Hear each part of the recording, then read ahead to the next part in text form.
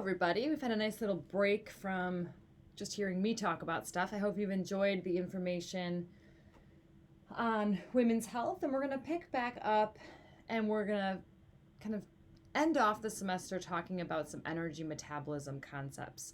So let's start with a case here. A 38-year-old woman with a history of obesity and hypertension was seeking treatment in an outpatient clinic for medical weight loss management. She was married with 2 young children, and she increased her weight after each childbirth. She suffered a severe abdominal hernia that stressed her, but she had been refused surgery due to her heavy weight. She is currently on lisinopril for her hypertension. Do you guys have the mechanism of lisinopril? Lisinopril is an ACE inhibitor, so blocking the renin-angiotensin system. Her initial anthropometric measurements included a weight of 275 pounds. She has a height of 5'2" and a body mass index of 48.2, which classified her as morbidly obese. So we introduced this concept of BMI in Unit 2, where we first talked about assessment models for weight loss management. I would encourage you to feel comfortable with the BMI cutoffs so that it is at least a descriptive number to you, that it means something to you, at least in the ballpark. If you remember, BMI has serious limitations because it's really just a new way of kind of doing the height weight tables, because it's just a value that's born from the patient's weight divided by their height squared. But it at least gives you a ballpark of what you're dealing with, and it would be found on the top of most medical records, and it can just help you know where you're falling on that spectrum. So I would really encourage you, if you didn't get that rock solid in Unit 2, to make sure you know those cutoffs for BMIs. Her fat percentage was 52.2%. When you work this out, she has 65 kilogram fat mass that was measured by bioelectrical impedance analysis, BIA.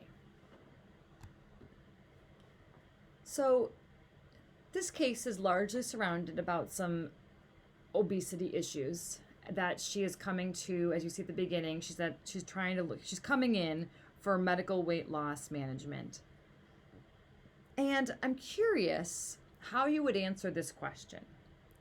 Why is obesity bad? Or maybe you don't think it is, but if you do think it is, if there's a reason that someone is coming for medical weight loss management, why do we care so much about obesity? As exercise professionals, we are going to be talking a lot about our patients' weights and weight management and how injury might impact their weight loss goals. And I just want to make sure we're on the same page. I would strongly encourage you to pause the video and write down all the reasons you think obesity is bad. These are all the reasons that someone might seek medical weight loss management because they're trying to avoid these things. I'd love to see how many you could come up with on your own. I want you to be able to defend to your patients with an educated argument using physiology as to why carrying so much weight is detrimental to their health. So pause the video and try to write as many things as you can think of that would make you think you should talk someone out of obesity. All right, welcome back. Hey, if you didn't pause the video and you thought, I'll just keep listening and I'll let her tell me what it is, let me just encourage you one more time, because learning what you know before you listen to someone say it is a critical piece in being able to add to your knowledge base. If you just hear it and recognize it, that's not the same as knowing it yourself. So if you chose to keep going, I strongly encourage you, pause it now and write down all the reasons you think obesity is bad. All right, welcome back. Maybe I got about 70% of you to do that. Strongly encourage you, one more time, pause the video if you haven't done it yet. All right, here we go. So let's see if these things were on your list. Normally we do this together in class, but we'll do it this way. So why is obesity bad? It is strongly associated with an increased blood pressure. Now, the reasons for that aren't always clear. Part of it is there's a lot more tissue, which means there's more blood needed, and this can contribute to potentially some pressure issues. this ties in with how obesity is often kind of paired with diabetes. And the result of hyperinsulinemia is sodium retention and increased blood volume, and that can also contribute to an elevation in blood pressure. So obesity is highly associated with hypertension. I really hope diabetes made your list, as there is a strong relationship between obesity and diabetes. One of the big reasons for that is that increased free fatty acids, so that's why central obesity is so much worse. Increased free fatty acids actually causes insulin resistance. Why else is obesity bad? Strong correlation between obesity and atherosclerosis. Obesity has a pro-inflammatory phenotype. So I'm just going to kind of give this its own little separate section. A lot of times the pro-inflammatory piece didn't make it to people's lists. So let's just talk about this for a second. So when we talk about atherosclerosis, one of the initiating factors to endothelial damage is pro-inflammatory cytokines in the blood. For example, like IL-6 and TNF-alpha. And when these circulate, they can damage endothelial cells, which is the initiating step to atherosclerosis. Our adipose tissue is an endocrine organ that produces many inflammatory cytokines. Two big ones are IL-6 and TNF-alpha. And when you have excessive inflammatory cytokines in the blood, you can damage your blood vessels and lead to atherosclerosis, which means that if these patients are more likely to have atherosclerosis, they're more likely to have coronary artery disease. All right, what else made it on your list? Maybe some people got dyslipidemia, very commonly associated with obesity, which circles back to atherosclerosis, as does hypertension. Kind of all things starting to interrelate. Oh, and so does high blood glucose.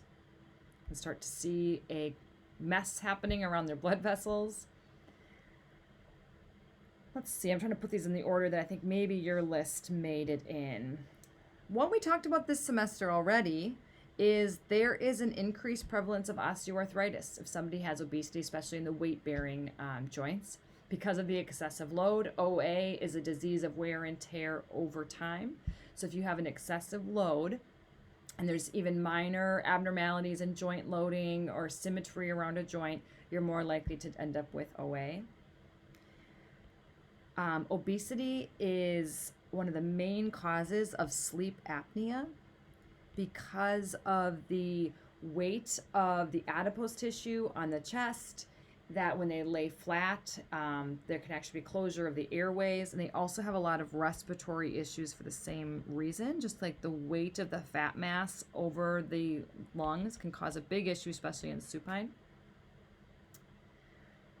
High association of metabolic syndrome. That's that collection of common diseases that present together, a lot of which are already on this list, like diabetes and hypertension and dyslipidemia are all part of metabolic syndrome.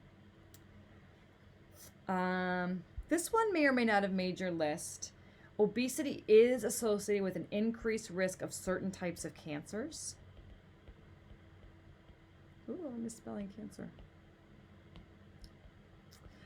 Specifically for women, obesity is associated with breast cancer, colon cancer, gallbladder cancers, and uterine cancers. For men, obesity is associated with colon cancer and prostate cancer. Other things that might have made your list. There is increased risk of liver disease in obesity. That's that non-alcoholic fatty liver disease. Fatty liver disease is typically associated with alcoholism, where that increases fat deposition of the liver. But obesity, the increased breakdown of all those free fatty acids, end up bathing the liver in fat, and a lot of the fat ends up getting deposited there, and you can end up in non-alcoholic fatty liver disease. Let's see, the last one that made it on my list was psychosocial effects that come with. That's kind of a little outside of our place, but obviously not. We won't be escaped the effects. And a lot of times it's one of the things that we're talking about with our patients. So the psychosocial effects of going through our culture and our world as an obese person is not to be missed. So check your list and see how much overlap there was here. There are a lot of reasons to have good weight loss goals and so many pieces of a person's health profile you can improve with effective weight management. So our patient is looking for weight loss ideas. We discussed this healthy body composition of kind of how much lean tissue to how much fat mass. And we talked about it in Unit 2 as how we measure healthy body composition. And we encouraged the use of percent fat or waist to hip ratio to take into account your patient's the full spectrum of their composition of their body and not just their weight and their height to really make good, appropriate weight loss goals. But now we have to kind of say, okay, we know what percentages are healthy. We know how to measure it. How do we actually change somebody's body to make it more lean and less fat? And that is really going to need us to have a good understanding of cellular energy metabolism and how we use stored macronutrients to make energy when our goal is to decrease stored macronutrients in the form of stored fat. So the term macronutrients is a nutritional component in our diet that is required in large amounts. That's where that term comes from. A nutritional component of our diet that is required in large amounts. And macronutrients provide energy to maintain bodily functions during rest and exercise. On the screen, you will see our three primary macronutrients: carbohydrates, lipids, and proteins. And I show you the molecular structures of these macronutrients, not because this is a chemistry class, but to just notice that they are structurally very different molecules between the three of them. But there's a commonality in that they are all just combinations of hydrogen, carbon, and oxygen. And then proteins are a little special because they have nitrogen.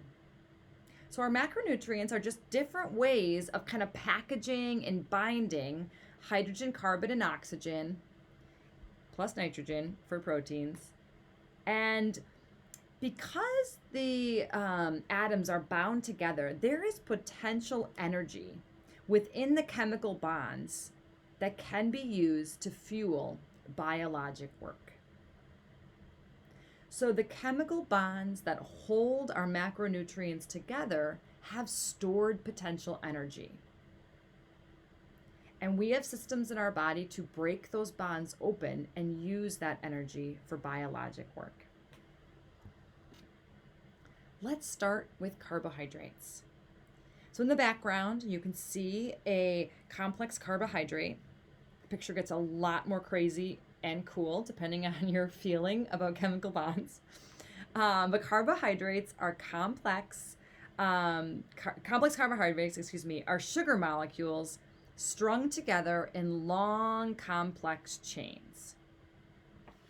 So you can see that in the background, long, complicated combinations of sugar molecules. If you snipped and cut and broke this complicated mess down, you would see the basic unit of the carbohydrate seen here. The basic unit of carbohydrates is glucose. Glucose is a monosaccharide, and it's how we link up a bunch of glucose together that ultimately makes a complex carbohydrate. So if we still are on the bottom of your notes, you'll see we talk about where carbohydrates come from. And we eat and digest complex carbohydrates that ultimately break it down into that monosaccharide glucose. So So as you can see in your notes, plants are the main source of carbohydrates in the human diet. The only other place that we get carbs from is milk, so lactose in milk, and then the glycogen that is the stored carbohydrates that's in the meat that we eat. So when you've heard someone described as lactose intolerant, they lack the enzyme necessary to break down that carbohydrate that comes from milk, lactose. So the enzyme lactase splits the glucose from the galactose of lactose. Without that enzyme, you can't digest it, which means that lactose stays in your intestinal lumen. If you have lactose that's staying in your intestinal lumen because you can't break it down and absorb it, that's going to have the osmotic effect of pulling water into the intestinal lumen. So if you can't break down lactose and it stays in the lumen, it's going to pull water in with it, which would ultimately cause cramping and diarrhea because there's a lot more liquid that's staying in the intestinal lining. So just a little kind of tie together of how this ingestion of carbohydrates can be problematic when we don't have the enzymes necessary to break those bonds and get down to that individual monosaccharide, the basic building block of the carbohydrate. So the primary role of glucose, somewhere at the top of the next page of your notes, if you haven't turned them, is its primary goal is it's an energy source. It's a great way that we can take the chemical bonds of glucose and use the stored potential energy of those bonds to make ATP. So when you ingest a complex carbohydrate, enzymes within your GI system can break down the complex carbohydrate into the individual glucose molecule that can be absorbed in different forms out of the intestinal tract and into the blood. So kind of what happens next? So when you first digest it and absorb it, we have circulating blood glucose. We have glucose that travels in the blood about, as it says in your notes, there's about 10 grams of carbohydrates circulating in your plasma. And the amount of glucose that's in our blood is a very tightly regulated aspect of our homeostasis, our blood homeostasis. The reason it's so carefully regulated, if you go back up to point number 1, the main job of glucose is it's a primary energy source. When we go down into why plasma glucose is so tightly regulated, the brain and red blood cells use glucose exclusively as a source of energy. Red blood cells do not have mitochondria, so they lack the capacity for aerobic respiration. So red blood cells rely on glucose for energy. But almost, I hate to say more important, but physiologically speaking, maybe more important, the brain requires it. And that is really why it is so tightly regulated and why there are such severe symptoms when glucose is out of its normal range. But so the glucose that's circulating in our blood is available for cellular use for energy. So when that blood flows through the brain can use that glucose. When it flows through muscle, it can get delivered to muscle, and so on and so forth. Circulating plasma glucose is available for cellular use to make energy out of it.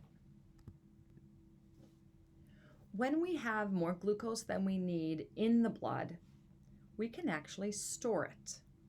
We have the capacity to store glucose for later. As the cartoon picture shows, we can store glucose in the liver as well as muscle. In order to store glucose, we have to convert it into a storage molecule, and that molecule is called glycogen. Glycogen is just glucose molecules linked together. And glycogen can be as small as a few hundred or like 30,000 glucose molecules linked together. The process by which you convert glucose to glycogen is glycogenesis.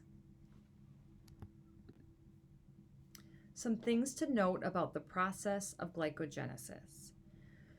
Basically, you take a glucose and you add it to an existing glycogen polymer. seen here as this kind of chain of glucose linked together. It's important to know the name of the enzyme that does this. Glycogen synthase is the enzyme that can add that extra glucose to the existing glycogen polymer. The process by which we convert glucose to glycogen does require energy. So this is not free, metabolically speaking, but it's beneficial to us to store glucose for later because it is such a good energy source, and we're going to need it when we have a sudden increase in demand. We are more likely to form glycogen right after a meal. So when you have higher than normal amounts of glucose in your blood, or there's a spike in blood glucose, you stimulate the release of insulin. Insulin stimulates the enzyme glycogen synthase. So that's why glycogen synthase activity is stimulated after a meal. So we have this kind of set of signals that go through our body that when we eat, we start getting ready to store this again for later.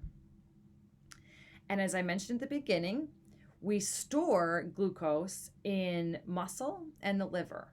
And when you think about the total amount of glucose we actually have stored in the body, it is relatively small. We have, on average, about 500 grams of carbohydrates stored in the human body. About 400 grams is stored in muscle as glycogen, which is awesome because when we take our skeletal muscle and start contracting it and have a sudden increase in metabolic demand, we have glucose right where we need it to start making ATP. We have about 90 to 110 grams stored in the liver. We will talk about that in this lecture. If you remember from pathophys and from your human physiology, the liver is a really important organ for managing our glucose stores. It can make new glucose when we need it, and it can store glucose for later. So the two places where we can store it is the muscle and the liver.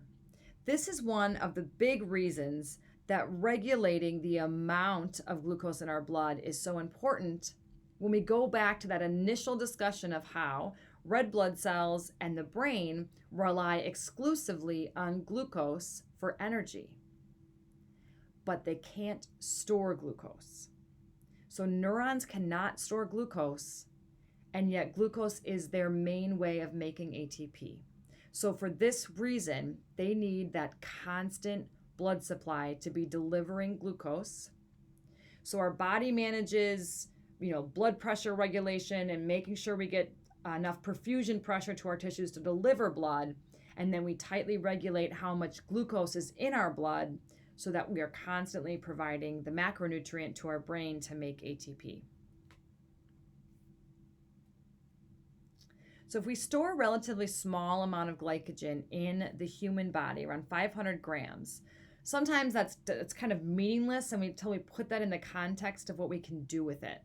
So if glucose's primary job is to be an energy source, how much energy does that give us? 500 grams of glucose stored in our body. Well, each gram of glucose, let's see, we're on here. For each gram of glucose, you get 4 kilocalories of energy.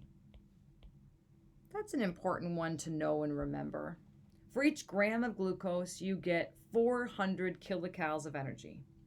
So if we store 500 grams, this means that on average, we have about 2,000 kilocalories of energy stored. To burn 2,000 kilocalories of energy is it would be associated with a 20-mile run at high intensity. So on average, we store enough to run 20 miles at high intensity. Just think about that next time you hit the wall when you're running and you're really just kind of bored and you want to stop running. Be like, okay, wait, I have enough stored glucose that I could actually run at high intensity for 20 miles. The fitness of everything else in my body might be in question, but I at least know I have the stored energy to keep going. That's your little motivation for the day. So that is the component that we have stored, ready to go, which is really important for survival, that our body has this capacity to store glucose right where we need it in skeletal muscle and this little depot in the liver. Okay, so when we digest complex carbohydrates and break them down into glucose, that glucose can circulate in the blood. It can get converted to glycogen and stored in skeletal muscle or the liver, or it can actually get converted to fat. Once cells have reached their maximum glycogen storage, any additional glucose above that, so we've got the appropriate amounts of circulating glucose, our hepatocytes and our myocytes have stored as much glycogen as they can. Any additional glucose on top of that is converted to fat. So this all makes sense kind of while we're eating, but then this gentleman here will eventually put that big piece of bread down and he'll stop eating and he'll go about his day for probably several hours before he eats again. So what happens if plasma glucose is low? What happens when we no longer have a digesting form of glucose entering our bloodstream at a regular rate? Well, we have a couple options to maintain plasma glucose. The first is we have that stored glycogen in skeletal muscle in the liver. And in the liver, when plasma glucose gets low, we can use the process of glycogenolysis to break down glycogen back into that individual glucose molecule and send it into the blood. So as soon as we need it, we start breaking glycogen down. So the process of glycogenolysis is the process of cleaving off glucose one at a time. The enzyme that does this activity is glycogen phosphorylase. This is the enzyme that snips the glucose off the long glycogen chain. This enzyme, glycogen phosphorylase, is basically inactive after a meal, which makes sense because we're stimulating the process of glycogenesis immediately after a meal. But this enzyme, glycogen phosphorylase, which snips glucose molecules off of a stored glycogen chain, guess what stimulates it? This is awesome, in case you're wondering. What stimulates glycogen phosphorylase? Epinephrine. Ooh, what is epinephrine? At this point, I hope you rolled your eyes at that question. Epinephrine is the circulating hormone of the sympathetic nervous system, right? When, in the context of this class, do we really see the sympathetic nervous system activated? Oh yeah, when we exercise. What about when we increase exercise intensity? Well, with higher amounts of intensity, higher activation of SNS, higher activation of glycogen phosphorylase. This is so cool when these systems start to overlap in this unique way that as soon as the brain knows we're exercising and it's driving your heart to pump harder and faster and it's dilating your bronchioles and it's vasoconstricting everywhere in the body so that you can dilate right where you need it, that same process is stimulating an enzyme in the liver to start breaking down glycogen so that you have enough plasma glucose to fuel that exercise. The overlap of systems in physiology, I will not lie, really is that's everything for me. That's like when the system is so cool. That's the reason I love physiology. All right, so glycogenolysis can occur in both skeletal muscle, that's the intramuscular glycogen, as well as the liver, and then it would be released in the blood. So this whole process is for the maintenance and the stability of plasma glucose. When you break down glycogen in skeletal muscle, it's just used right there. So between meals or you're depleting glucose because you're exercising, what other option do you have? You can break down the stored glycogen. The other option is that the liver has the capacity to make brand new glucose. So we said our macronutrients are just combinations of carbon, hydrogen, and oxygen. So if there are other molecules that have a 3-carbon chain, the liver can actually take those molecules and repackage them up into glucose. So the process of gluconeogenesis is the formation of glucose from the structural components of other nutrients. I'll say that one more time if you want to write it down. The formation of glucose from structural components of other nutrients is the process of gluconeogenesis. So what are these other nutrients that we might use? Amino acids are the building blocks of proteins. So when we need energy, we will break down protein. That is the thing we as PTs and exercise specialists are trying to avoid, right? Because where's that protein coming from? It's coming from skeletal muscle. So we could break down protein and we can break it into its component pieces, and we can actually use amino acids to make a brand new glucose molecule.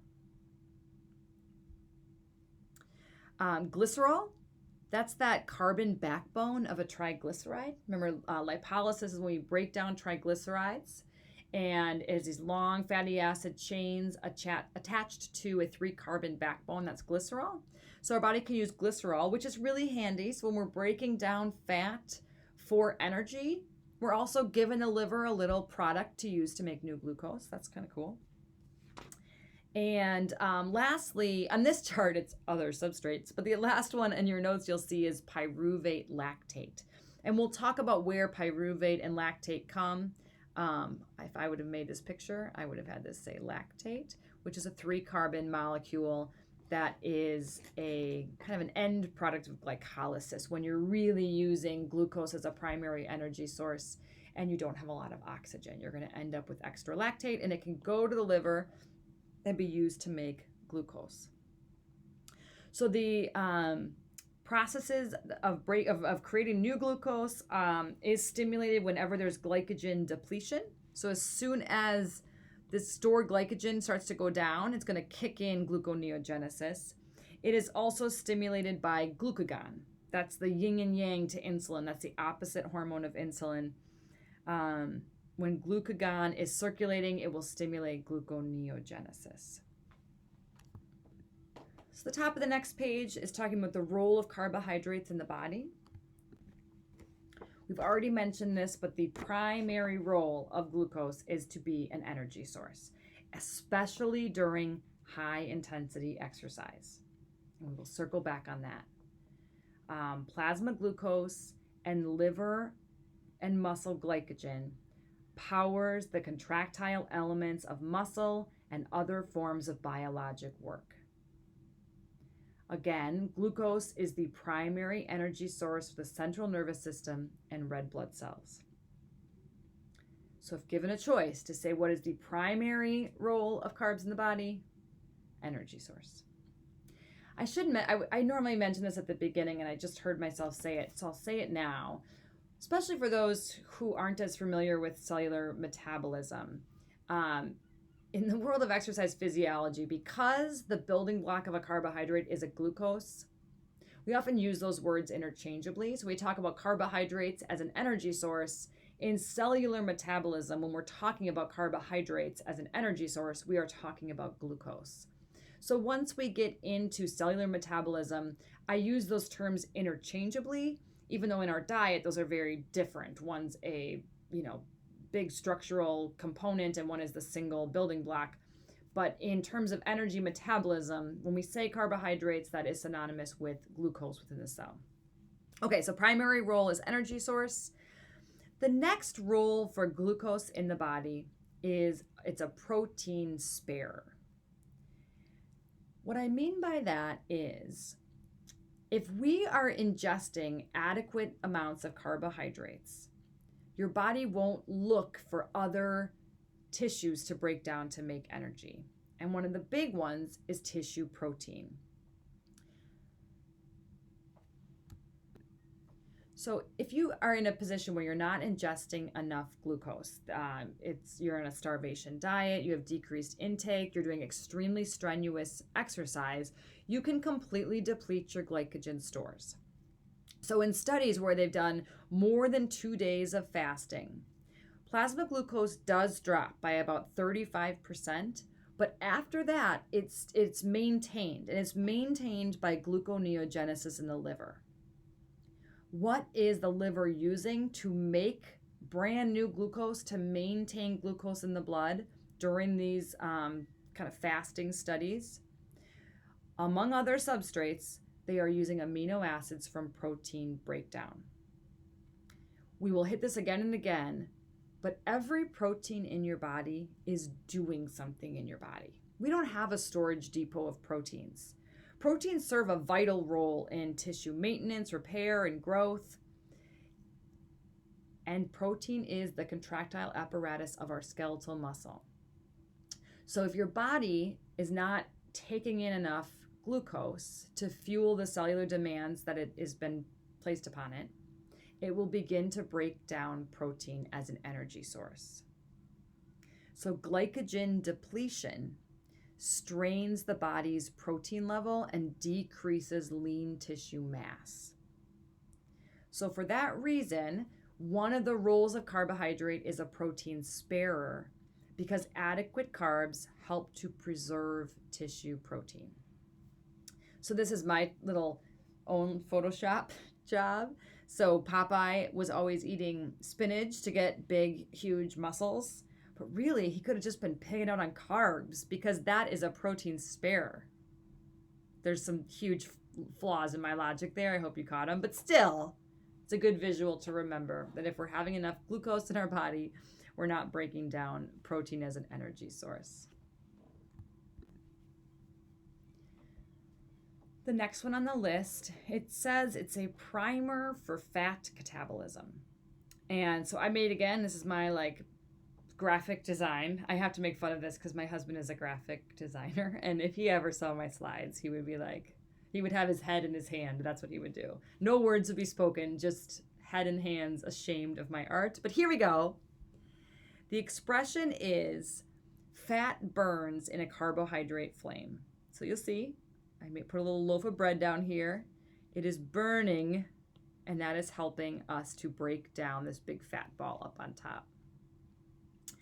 The reason people use this expression, fat burns in a carbohydrate flame, is because when you're breaking down carbohydrates for energy, some of the byproducts of carbohydrate metabolism are actually used in the process that are cellular processes that facilitate the breakdown of fat.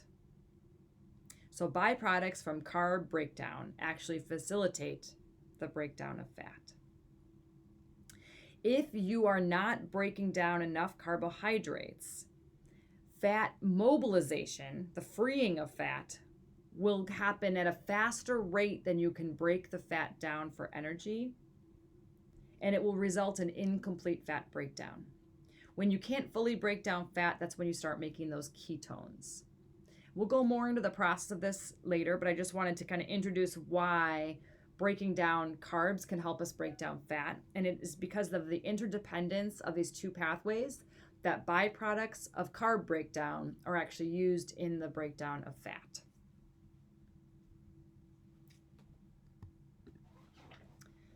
All right, so let's move on to our second macronutrient, which is lipids. Lipids are made of hydrogen, carbon, and oxygen, just like carbohydrates. They're just in very different arrangements. Instead of making these carbon rings, they're in long hydrocarbon chains. The term lipid is a pretty general term for a heterogeneous group of oils, fats, waxes. Basically, all share commonly that they're insoluble in water. So lipids can be found circulating in the blood. They circulate as free, red doesn't show up there, free fatty acid, which is sort of a misnomer because it doesn't just float free in the blood. It is bound to albumin, but we describe it as free fatty acid. We can store fat in muscle as intramuscular storage, and that's obviously seen with the marbly vision of a steak. You know, that the white part of the steak is all of the intramuscular fat. We store lipids in fat cells, where the major form is triglyceride in a fat cell. And fat is really an excellent storage molecule for energy, and we can store way more than we need, obviously, in these fat cells. We also have circulating triglycerides, and we have those lipoproteins that carry them, where they have the phosphobilayer to protect the insoluble nature of the lipid, so it can circulate as a triglyceride. So triglyceride is the simple lipid that is about 98% of our dietary fat, and it's the major storage form of fat in the body. So the fat that's in adipocytes is triglyceride. The structure of a triglyceride is seen on the screen here. It has the glycerol backbone, which is that carbon chain. It's a 3-carbon molecule that, when it's freed, can actually go to the liver to be used for gluconeogenesis. So there we see that 3-carbon molecule. The 3 long chains are the fatty acid chains. Those are those long hydrocarbon chains. Now, in order to get energy out of the triglyceride, we first have to break it apart. So we have to split the fatty acids off of the glycerol through the process of lipolysis. Lipolysis is a hydrolysis reaction that breaks that fat open, and it's reliant on the enzyme hormone-sensitive lipase.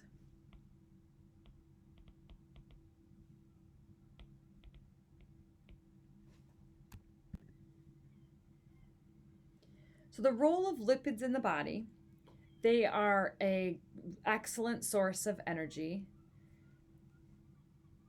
So about the reason I say it's an excellent source of energy is that triglycerides have a lot of energy per unit weight. So when you make a triglyceride, the water is removed, which makes it incredibly lightweight. So it's easy to store, and the bonds have so much energy without the cost of the weight. So we talked about a glucose molecule. For every gram, you would get 4 kilocalories of energy. For every gram of fat, you get 9 kilocalories of energy. Kilocalories.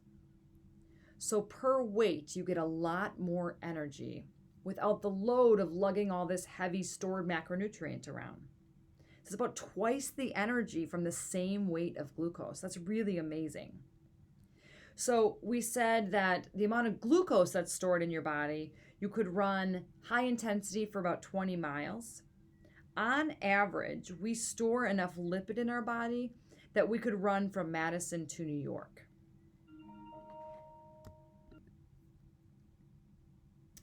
So it's a fantastic energy source, lots of energy per unit weight. Can run from Madison to New York on the average storage of fat in our body. Stores easily, ready source of energy. Other roles of lipids in the body: it protects vital organs, it provides thermal insulation, and it's a critical vitamin carrier. When we talk about percent of essential fat and how critical it is that any weight loss goals do not get close to essential fat, it is because of these other roles of fat in the body.